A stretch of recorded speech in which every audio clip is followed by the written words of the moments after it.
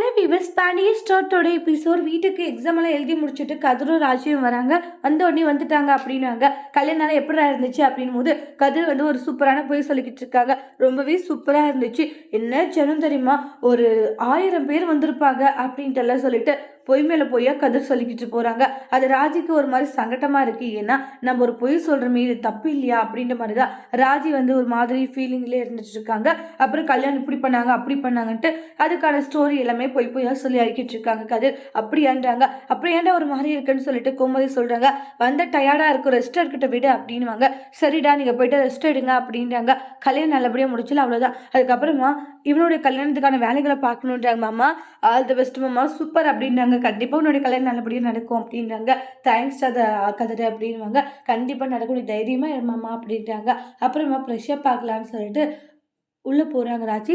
அப்போ மீனா இருந்துட்டு, ராஜி ஒரு நிமிஷம்ன்றாங்க. சொல்லுங்க அக்கா. இங்கே பார், நீங்கள் ஏதோ ஒரு காரணத்துக்கு போயிருக்கீங்க, போய் வந்து சொல்கிறேன்னு சொல்லலாம்ல அக்கா. இப்போ அப்புறம் இங்கே பார் ராஜி, யாரும் இல்லை சொல்ல அப்படின்றாங்க. அக்கா போலீஸ் ஆகணும்னு சொன்னேன் இல்லை, அதனால எக்ஸாம் எழுதுறதுக்காக அவன் கூட்டிகிட்டு போனாங்கன்றாங்க. கேட்டோன்னே என்ன சொல்லிட்டு இருக்கடி, உண்மையாவா? ஆமாம் அக்கா, அவன் சும்மாலாம் பேசிட்டு இருக்கான்னு நினச்சேன். நானும் அப்படி நினச்சிருக்கான். நான் சொன்ன விஷயத்த அவன் சீரியஸாக எடுத்துன்னு எனக்காக நிறைய விஷயங்கள பண்ணான்றாங்க. கதிர் தம்பி உண்மையாகவே நல்லது தெரியுமான்றாங்க. அக்கா மாமாலாம் வந்து அவனுக்கு பொறுப்பு இல்லை, கொஞ்சம் உஷார் இல்லை அப்படின்ட்டு எவ்வளவோ சொல்கிறாங்க. ஆனால் நம்ம நினைக்கிற மாதிரி இல்லைக்கா, கதிர் உண்மையாகவே ரொம்ப நல்லவன், பொறுப்பு எல்லாமே அவங்ககிட்ட இருக்குக்கான்றாங்க. அடுத்தவங்க மனசை மெயினாக கஷ்டப்படுத்தக்கூடாதுன்னு நினைக்கிற ஒரு ஆள்னா அது கதிர் தாங்க்கா அப்படின்றாங்க. அந்த அளவுக்கு நல்லா வந்துறாங்க. அப்படி அப்போ மேடம் அவனே அப்படின்றாங்க. அக்கா நீங்கள் நினைக்கிற மாதிரியெல்லாம் இல்லை, என்ன ரொம்ப நல்லா பார்த்துக்கிட்டாங்க்கா அப்படின்ட்டு அவங்க மனசில் இருக்கிற சின்ன சின்ன ஆசைகள் எல்லாம் வந்து சொல்லிக்கிட்டு இருக்காங்க.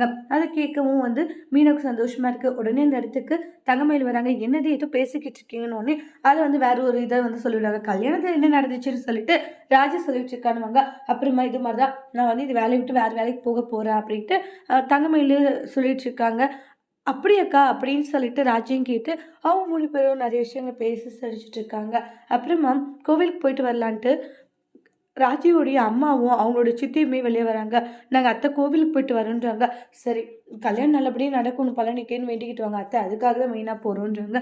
சரின்னு வாங்க. அப்புறம் பாண்டியனும் கோமதியும் வந்து வெளியே போகிறாங்க. அப்போ அம்மா இது மாதிரி ஏதாவது கல்யாணம் வச்சுருக்கோம், வந்துடுவீங்களா? கண்டிப்பாக வந்துடுவோம் அத்தை, கண்டிப்பாக வந்துருங்க அத்தைன்னு பாண்டியனும் சத்தம் போடுறாங்க. வந்துடுறோம் மாப்பிள்ள அப்படின்றாங்க.